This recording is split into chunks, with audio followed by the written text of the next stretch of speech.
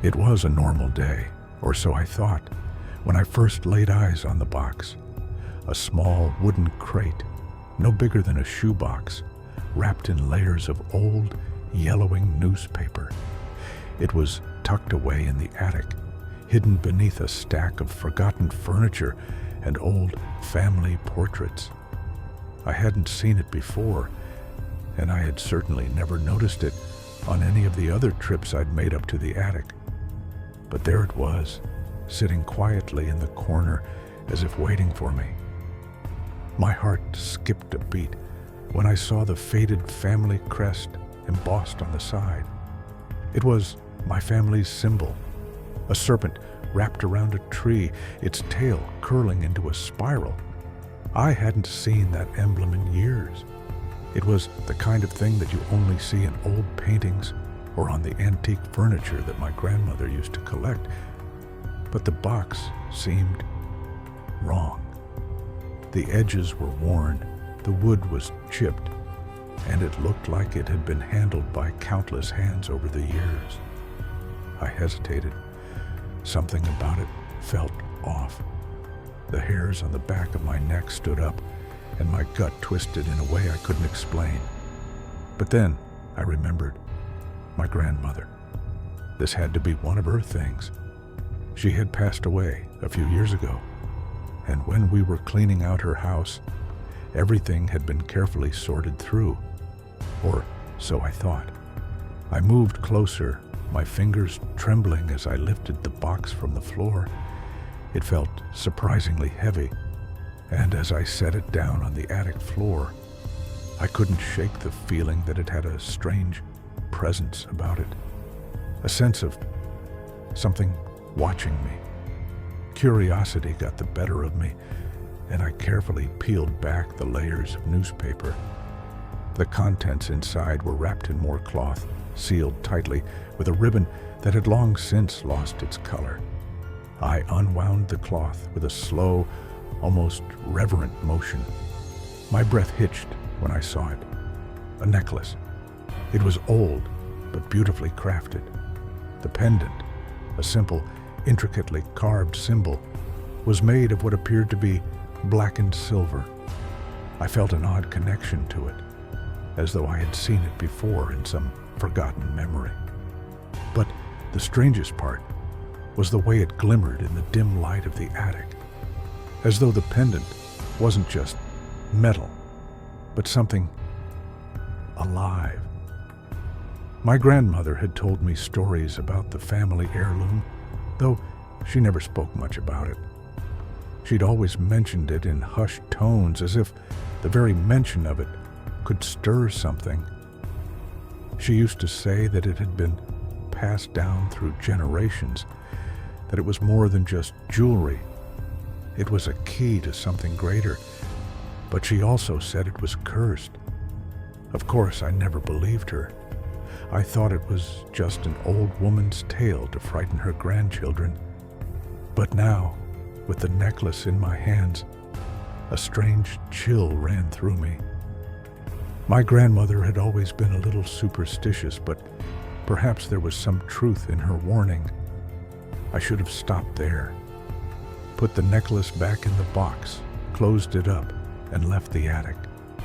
But curiosity pushed me forward. I slipped the necklace over my head, its cold metal brushing against my skin. And that's when things started to change. It started small, just little things that didn't seem to mean much at first.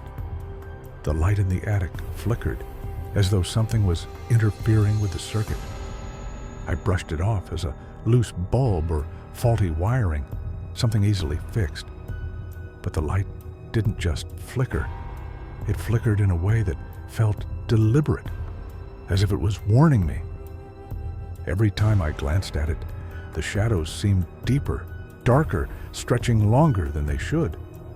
But I didn't leave. I couldn't. The necklace was on me now, hanging heavy against my chest, and I felt oddly drawn to it. The air in the attic was thicker, colder, like I was no longer alone.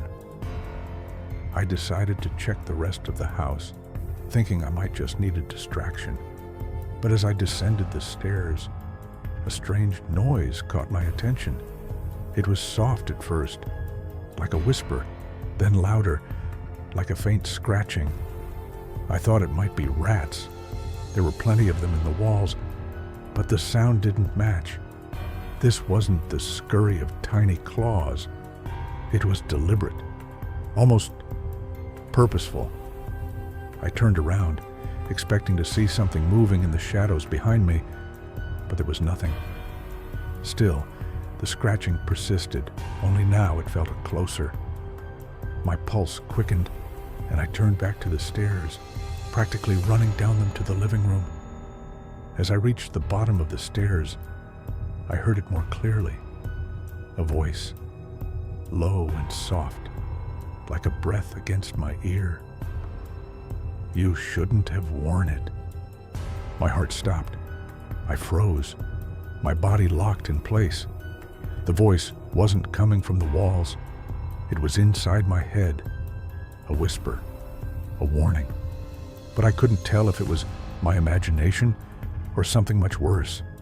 I looked around the empty room, but there was no one there. The house was silent, except for the pounding of my own heart.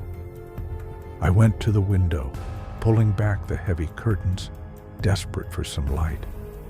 The moon was high, casting its pale glow across the yard, and the shadows seemed to stretch unnaturally long. I felt a cold shiver run down my spine. The scratching started again, but this time it wasn't just a whisper. The sound came from above, from the ceiling. It was a slow, rhythmic scratching, like something was trying to claw its way down. I looked up, but the ceiling was solid, unbroken. My mind raced with possibilities. An animal trapped in the attic, a branch scraping against the roof. But deep down, I knew that wasn't it.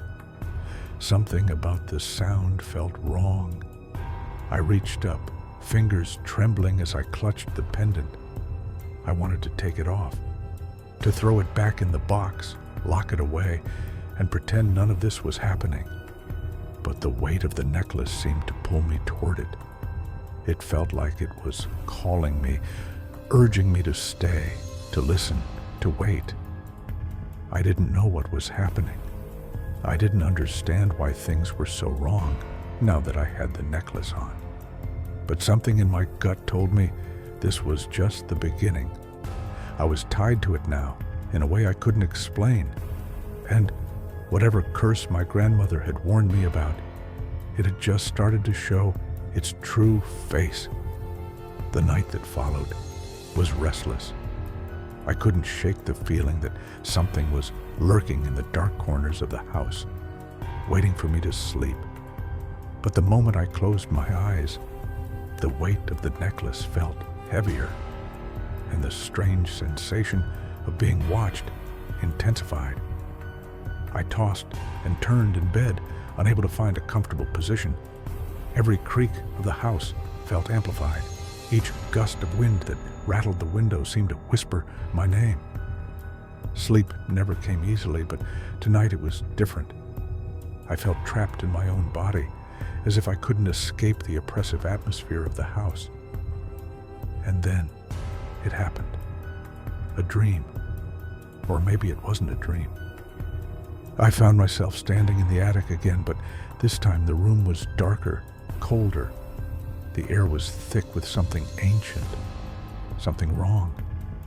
The box with the heirloom was open, but the necklace was missing.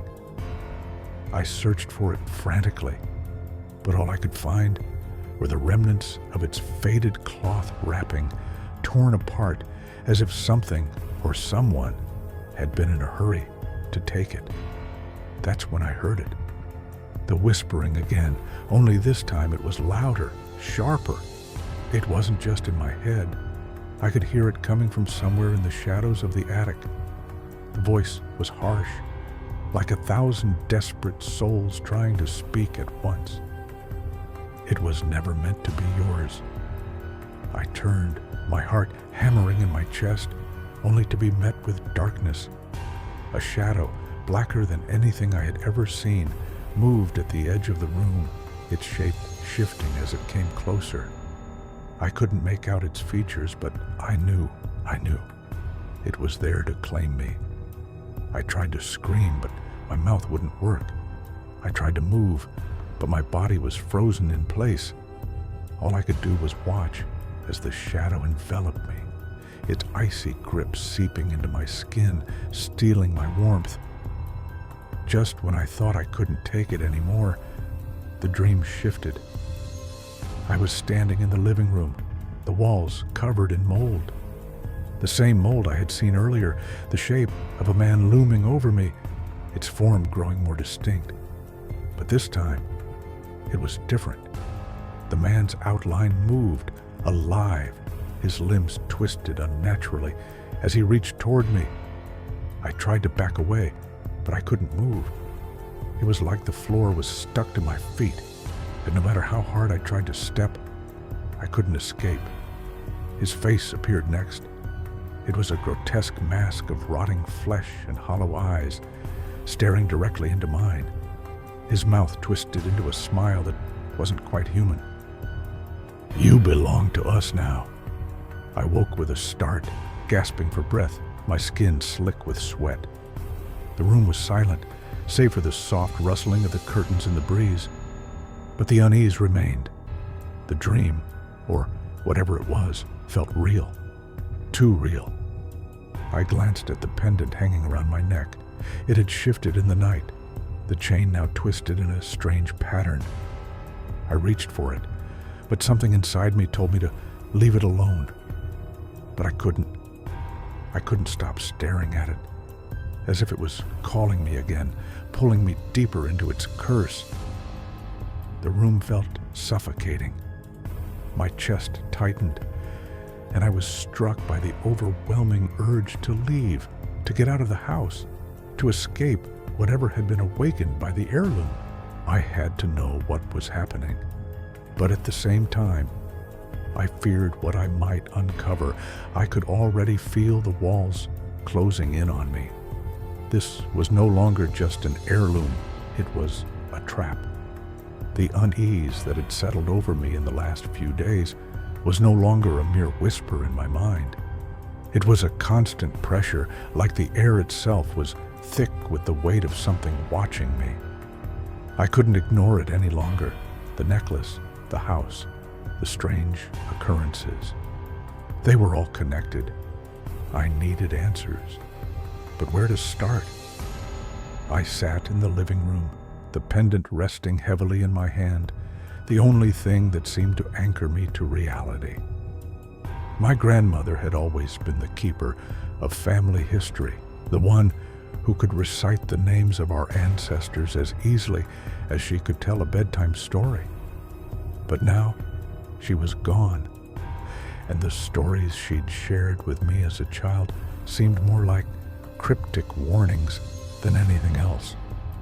There had always been mention of an old family heirloom passed down through generations, but none of the details ever stuck with me. I'd heard rumors over the years that it had powers, ancient powers, and that whoever possessed it was cursed. But I had always written it off as superstition, the kind of thing a grandmother says to keep the grandkids in line. Now, with the necklace around my neck, I wasn't so sure. I dug through the boxes of old letters and keepsakes in the attic, looking for something, anything, that would explain what I was dealing with. Hours passed as I sifted through yellowed papers and fragile photo albums, each piece of family history slipping further and further out of focus. It wasn't until I stumbled upon a dusty, leather-bound journal that I felt a pang of recognition. This was it. This was my grandmother's writing. The journal was filled with her careful, looping script. And as I flipped through the pages, I could see her notes on family gatherings, her personal thoughts, and even mundane details about our ancestors. But then, towards the back of the journal, The tone changed. The ink grew darker, more frantic, and the writing was less organized, as if she had been trying to warn someone or herself. In the last few pages, she described the heirloom in great detail, recounting its history. According to her notes, the necklace had been passed down through our family for centuries, from one generation to the next. It was always given to the firstborn child, the one deemed worthy of carrying it. But that wasn't all. She spoke of a curse, a powerful curse that had haunted the family for generations, one that had caused untold pain and suffering.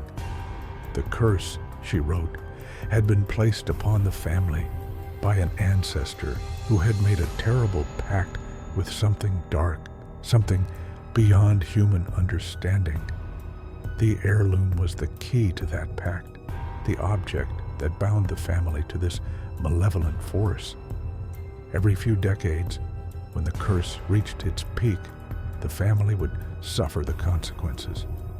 My grandmother had been trying to break the curse, to end the cycle, but she'd never fully succeeded. My hands shook as I turned the final page, revealing one last terrifying note. It is coming. Whoever holds the heirloom must decide. Keep it and lose yourself to the curse, or destroy it before it destroys you. I closed the journal, my heart pounding in my chest. This was no longer just an old family legend. It was real. And it seemed I was the next in line to face the consequences of my ancestors' choices. The air in the house felt different now, heavier. The walls seemed to pulse, as if they were breathing, waiting for something. The house was alive with anticipation, and deep down, I knew that whatever I decided to do next, whether to keep the heirloom or destroy it, would change everything. I couldn't sit with the journal in my hands any longer. The truth was more than I could bear, and my mind spun with the weight of what I had just learned. My grandmother had known something. She had seen it all coming, but I wasn't ready. I wasn't prepared for the curse that had followed our family through the generations. The only thing that seemed clear was that I had to make a decision. I could feel the curse taking root in the house, in my life. The air had become thicker, the shadows darker, and the whispers, those soft, eerie whispers that had plagued me since I put the necklace on, were growing louder. They called to me, and every moment that I wore the heirloom, I could feel it. Something pulling at me, tightening like a noose. I decided to leave, to get away. I needed time to think, to clear my head. But as soon as I moved to leave the living room, something stopped me. The house felt wrong, more wrong than it had before. It wasn't just the oppressive atmosphere, it was them. I heard it first, a soft, creaking noise coming from the hallway. My stomach dropped. It sounded like footsteps. No, it wasn't just footsteps. It was something sliding, slowly, deliberately. I froze, unable to move. My eyes darted toward the hallway, but I saw nothing. I strained my ears, listening intently. The sound was coming closer, like something scraping against the walls. Slow, methodical, intentional. I shouldn't have gone towards it. I should have run, locked myself in a room and never looked back. But something made me move toward the noise, like I was being drawn. The hallway was dark, the only light coming from the faint glow of the kitchen.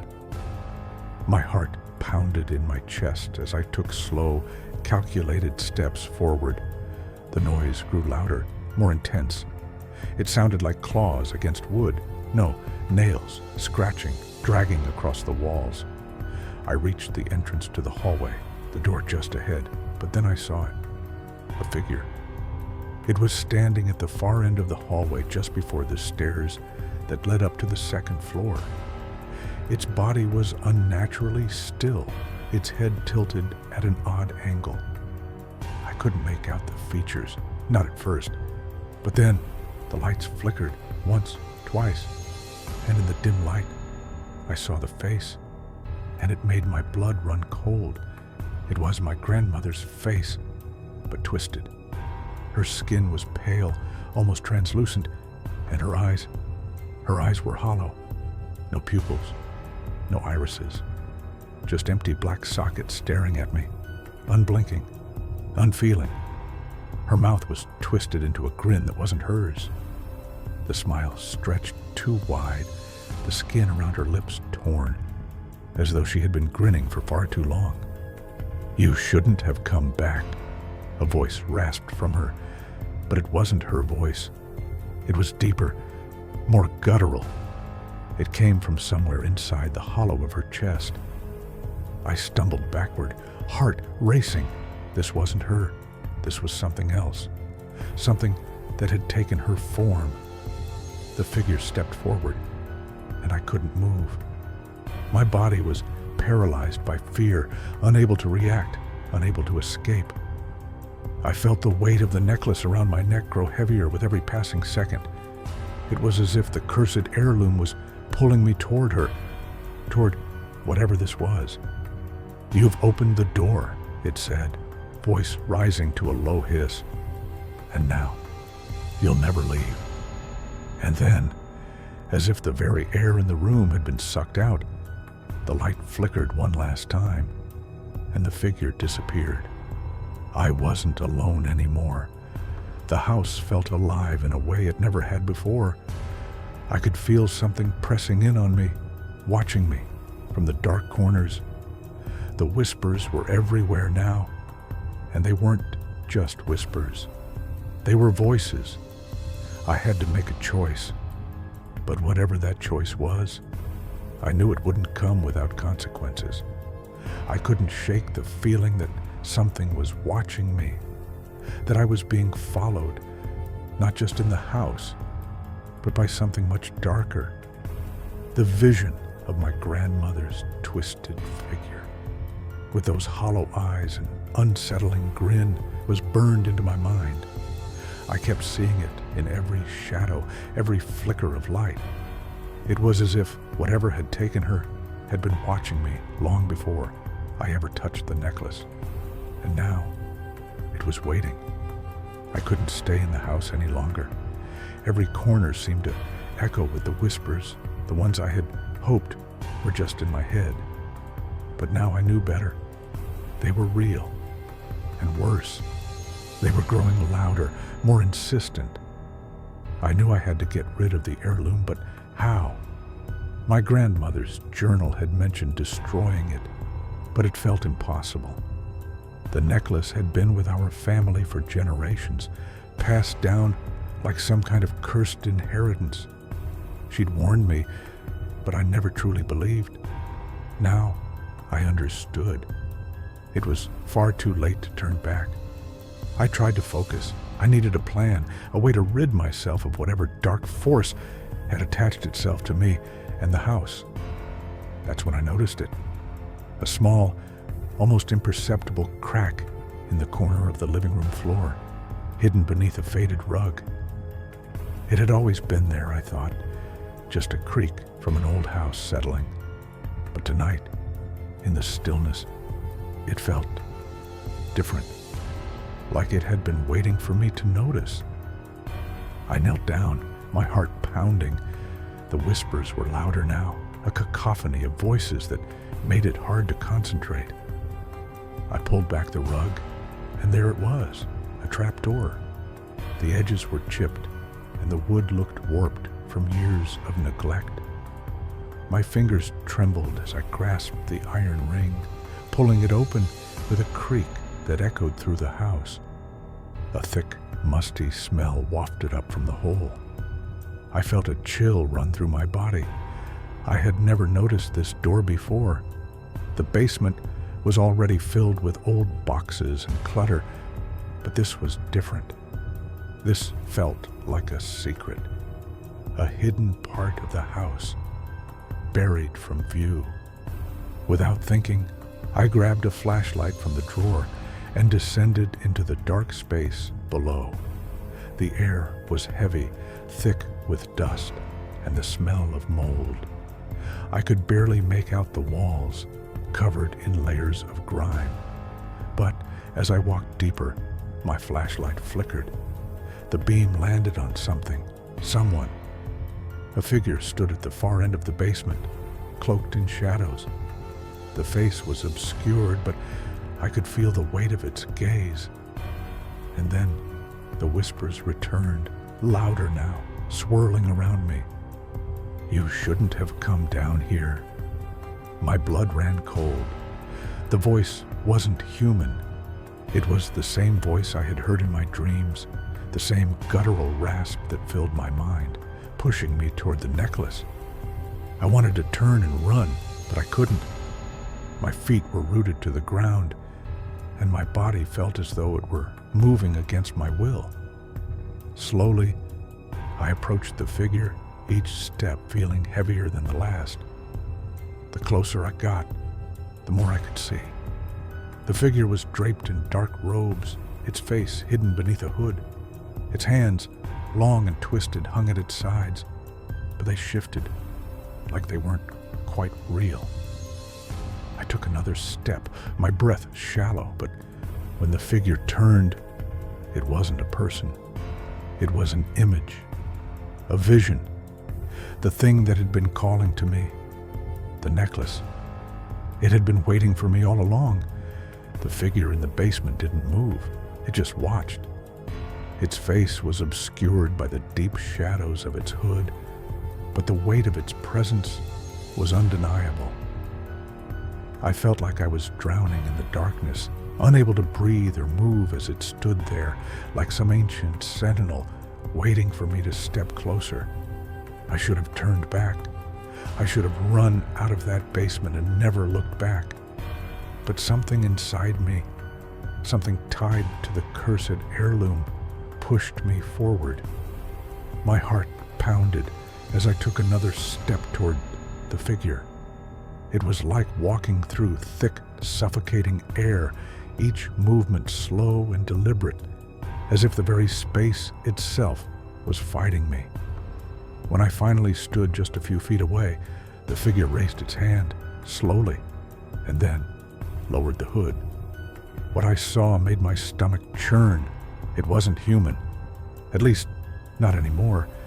The thing that stood before me had pale, sickly skin stretched tight over bone, its eyes wide and hollow, like empty sockets that absorbed all light. Its mouth was a thin, sharp line that twisted into an unsettling grin, filled with teeth that didn't belong to anything living. The creature was gaunt, its body unnaturally thin, as though it had been starved for centuries. Its hands were long, bony and gnarled, fingers ending in sharp, claw-like nails that scraped the floor as it stepped closer. And the worst part? The necklace around its neck, the heirloom. It glowed with a faint, eerie light, the same glow I had seen in the attic when I first found it. I felt my chest tighten, as if the air itself was being drained from my lungs. The creature didn't speak. It didn't need to. I could hear its voice in my head, louder than ever, like a cacophony of whispers building into a scream. "You've finally come, Air. You've opened the door. And now, there's no going back." I could barely breathe. My body screamed at me to run, but my feet were frozen to the ground. I was trapped in the presence of something that wasn't just supernatural, but ancient. This wasn't just a curse passed down through generations. No, this was far worse. This thing, this entity, was the source. It had been lurking in the shadows for centuries, using my family as vessels, feeding off their souls, and waiting for the right moment to break free. It had used my grandmother, and now it had found me. "You are mine now," it whispered in my ear, its voice vibrating in my skull. The heirloom is the key, and you are its final keeper. The words felt like a death sentence, and I could feel the weight of the necklace tightening against my skin. I reached up instinctively, desperate to take it off, but my fingers couldn't grasp it. It was as if the necklace had become part of me, part of my soul. I backed away slowly, but the creature didn't move. It just stood there, watching me, as the room seemed to warp and twist around us. The shadows stretched, coiling around the walls, as though they had come alive, pressing in on me. Suddenly, the whispers started again, but this time, they weren't just in my mind. They were all around me, echoing in the room. "Destroy it if you dare," they hissed. "Try to escape, but it will only follow. We will follow forever." I felt my heart pound harder in my chest, my body shaking with fear. I had no idea what to do. How could I destroy something that had bound itself to my very soul? How could I fight something that had already claimed me? I turned and ran. I didn't think. I just moved. The basement door slammed shut behind me with an awful thud, but I didn't stop. I ran up the stairs, into the living room, and out into the night air, gasping for breath, my pulse racing. The house felt empty behind me, but I knew it was still there, watching, waiting. The cool night air hit me like a slap in the face as I stumbled outside, my heart hammering in my chest. I gasped for breath, trying to steady myself, but the fear was still there, clawing at me from within. My legs felt weak, my head dizzy from the relentless pressure of whatever I had just encountered. I couldn't understand it, not fully. The figure in the basement, the whispers in my mind, it was all too much. The house that had once been a place of comfort, of family, now felt like a prison. I didn't know where to go. I had no plan, no idea how to get away from whatever force had been awakened by the heirloom. I thought of driving, getting in my car, and never looking back. But when I turned to head to the driveway, I froze. The house loomed behind me, darker now, its windows like empty eyes staring down at me. The air felt thicker, like a storm was coming. But it wasn't just the weather that unsettled me. It was the unmistakable feeling of being watched. I glanced over my shoulder, but saw nothing. No movement. No figures in the windows. But the hairs on the back of my neck stood on end, and I could feel the weight of something unseen just beyond the corner of my vision. I wasn't alone. I reached for my car keys, the cold metal of the fob biting into my palm, but my fingers trembled. I couldn't shake the feeling that something was closing in, moving just out of sight. And that's when I heard it, the faintest sound, a whisper on the wind, like a voice in the distance, calling my name. "Come back." The voice was low, barely audible, but unmistakable. My breath caught in my throat.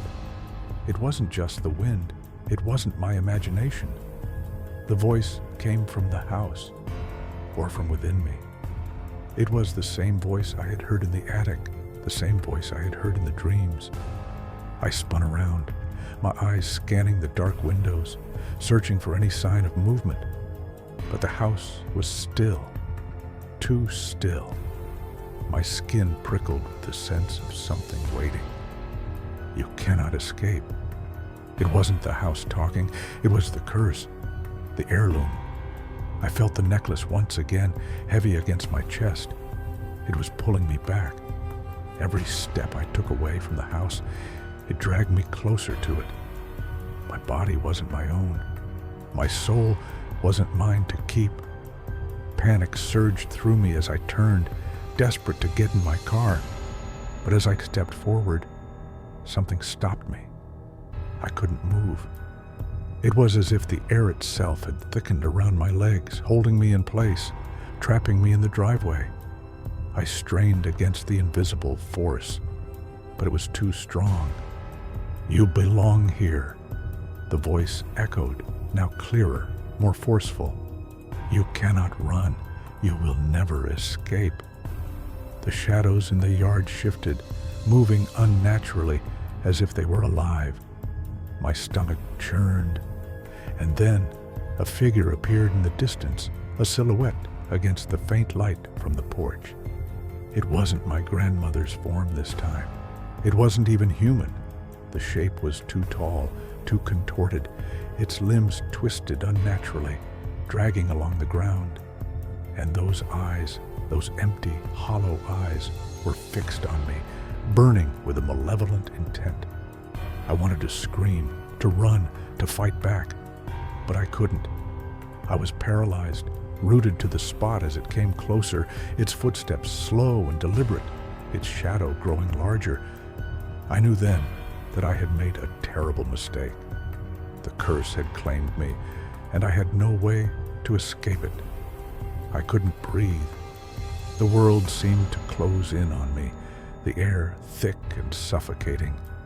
The creature was getting closer, its twisted form slowly advancing through the yard, its hollow eyes locked on me, its movement eerily smooth as though it was gliding.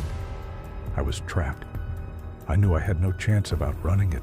There was no escape. The house, the heirloom, the curse, it all led here, to this moment, to the end. For a moment, all I could do was stand there, my mind spinning, my body frozen in place. But then the voice returned, that whisper from before, now louder, clearer, pulling at the very fabric of my soul. "You are mine, and you will never leave this place. Not now, not ever." I had no strength left to resist. My limbs felt heavy, my body shaking, but still I couldn't move. The creature was almost upon me now, its eyes glowing with that same unnatural, inhuman light. But then, a thought cut through the terror like a knife. The necklace. It was the key. The curse was tied to it. My grandmother had written about it. It had to be the way out, the only way to break free from this nightmare. I grabbed the pendant, my fingers slick with sweat. It was hot to the touch now, as if it were burning from within. The whispers grew louder in my mind, frantic, angry, desperate to stop me. "Don't touch it. You cannot destroy it. You belong to us." I had no choice. My fingers wrapped around the necklace, and in that moment, I knew what I had to do. I had to break the circle, break the curse, but doing so would come at a cost. It always did.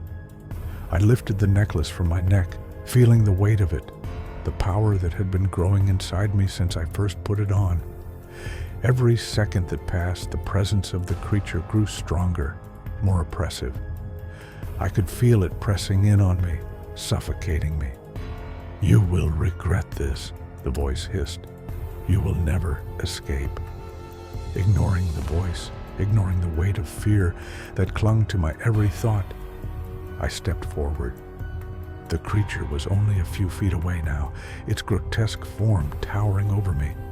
Its lips twisted into a grin that sent chills down my spine. But I couldn't stop now. I had no choice but to act. The words from the journal, my grandmother's final warning, echoed in my mind.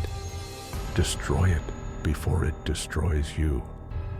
I threw the necklace to the ground, stepping back as it hit the earth with a sharp, metallic sound. The moment it made contact, a wave of energy rippled outward, sending a shockwave through the yard, through the house. The shadows seemed to pull back, recoiling from the force. And then the ground trembled beneath my feet. The creature let out a deafening, enraged screech as it reached for me. But it was too late. The necklace had shattered the binding.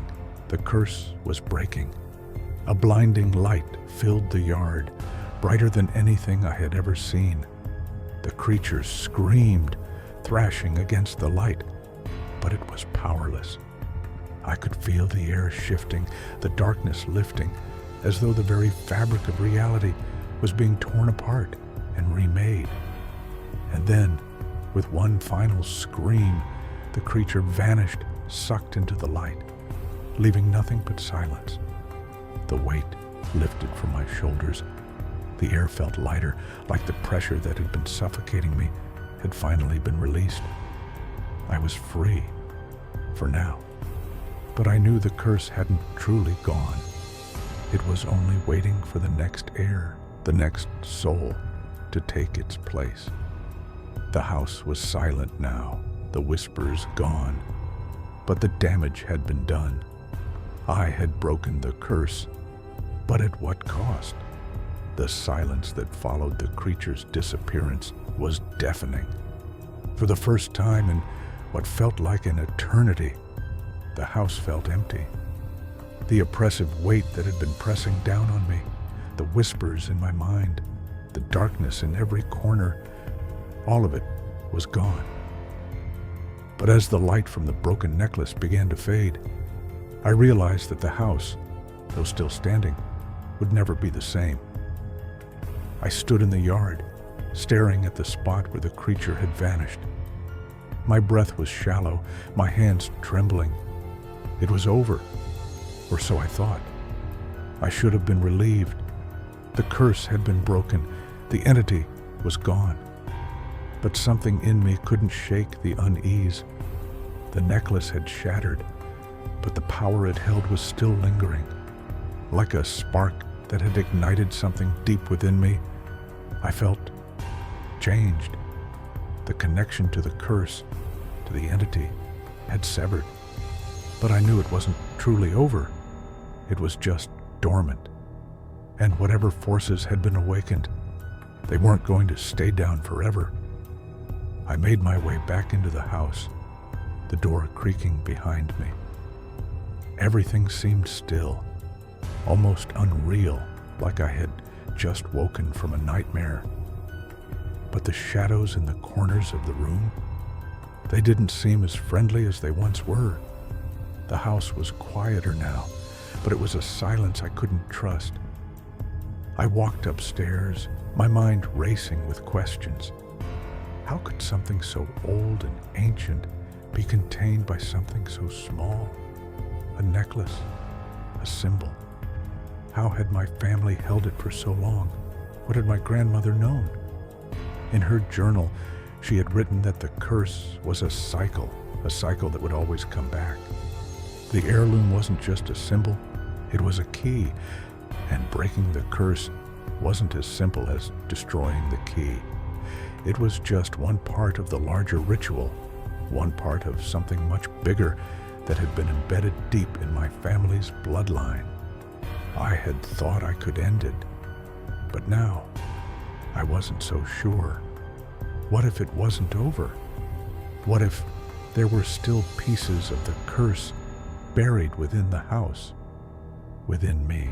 I looked around, searching for something, a sign, a clue, anything. And that's when I noticed it.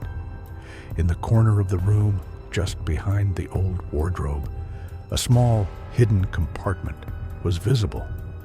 I'd never seen it before. It was a wooden panel that didn't quite match the rest of the wall. It was new. My hand shook as I walked toward it, reaching out to touch the edge of the panel. I didn't want to open it. I didn't want to know what was inside, but I couldn't resist. I pried it open, revealing a small, leather-bound book, its edges worn and faded. I froze. It was another journal. This one wasn't my grandmother's. It was older, much older. The pages inside were yellowed with age, the ink faded but still legible. The title was written in a language I didn't recognize, the letters curling into sharp, sinister shapes. I had destroyed the necklace. I had ended the curse, or so I thought. But as I opened the book, one word flashed across my mind like a warning. Legacy. I had no idea what I was about to uncover, but I knew one thing for sure. I wasn't the first to be chosen. And unless I stopped whatever had been set in motion, I wouldn't be the last.